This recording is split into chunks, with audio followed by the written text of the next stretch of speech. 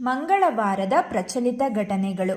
5 ವರ್ಷದ ಬಳಿಕ ಅಯೋಧ್ಯೆಯ ರಾಮ ಮಂದಿರ ನಿರ್ಮಾಣ ಪೂರ್ಣ.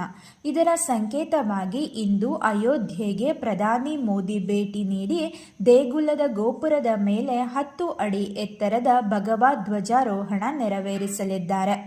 ಭಗವಾ ಧ್ವಜದ ವಿಶೇಷತೆ: ಶಿಖರದ ಮೇಲೆ ಸ್ಥಾಪಿಸಲಾದ 42 ಅಡಿ ಎತ್ತರದ ಧ್ವಜಸ್ತಂಭವನ್ನು 360 ಡಿಗ್ರಿ ತಿರುಗುವಂತೆ ವಿನ್ಯಾಸಗೊಳಿಸಲಾಗಿದೆ.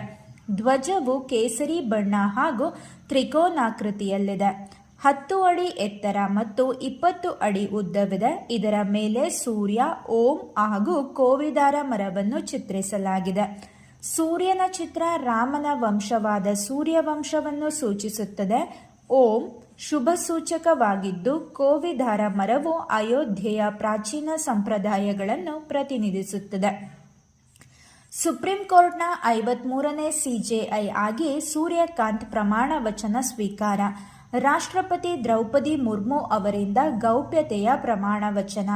ಸೂರ್ಯಕಾಂತ್ ರವರು 15 ತಿಂಗಳುಗಳ ಕಾಲ ಅಧಿಕಾರದಲ್ಲಿರಲಿದ್ದಾರೆ.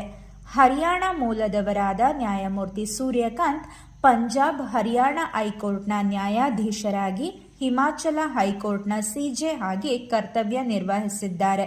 2019ರಲ್ಲಿ ಸುಪ್ರೀಂ ಕೋರ್ಟ್ಗೆ ಬಡ್ತಿ ಪಡೆದರು.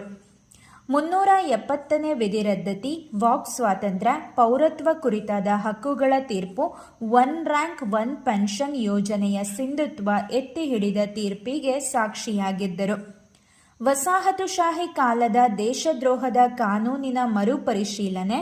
ಸುಪ್ರೀಂ ಕೋರ್ಟ್, ಬಾರ್ ಅಸೋಸಿಯೇಷನ್ ಸೇರಿದಂತೆ ವಕೀಲರ ಸಂಘಗಳಲ್ಲಿ ಮಹಿಳೆಯರಿಗೆ 1/3 ಮೀಸಲಾತಿ ಮಾತ್ರವಲ್ಲದೆ ಇತ್ತೀಚೆಗೆ ದೇಶದಲ್ಲಿ ಭಾರೀ ಸಂಚಲನಕ್ಕೆ ಕಾರಣವಾಗಿದ್ದ ವಿಶೇಷ ಮತಪಟ್ಟಿ ಪರಿಷ್ಕರಣೆಯ ಅರ್ಜಿಗಳ ವಿಚಾರಣೆಯನ್ನು ನಡೆಸಿದ್ದರು. 52ನೇ ಸಿಜೆಐ ಆಗಿ ಬಿ.ಆರ್. ಗವಾಯಿಯವರು ನಿವೃತ್ತರಾಗಿದ್ದಾರೆ. 18ನೇ ಶತಮಾನದಲ್ಲಿ ಮೈಸೂರನ್ನು ಆಳಿದ್ದ ಟಿಪ್ಪು ಸುಲ್ತಾನ್ ವಂಶಸ್ಥೆ ನೂರ್ ಇನಾಯತ್ ಹೆಸರಿನಲ್ಲಿ ಅಂಚೆ ಚೀಟಿ ಬಿಡುಗಡೆ ಮೂಲಕ ಫ್ರಾನ್ಸ್ ವಿಶೇಷ ಗೌರವ ಸಲ್ಲಿಸಿದೆ. ಈ ಪುರಸ್ಕಾರಕ್ಕೆ ಭಾಜನರಾದ ಮೊದಲ ಭಾರತ ಮೂಲದ ಮಹಿಳೆ ಎನ್ನುವ ಇತಿಹಾಸ ನಿರ್ಮಿಸಿದ್ದಾರೆ.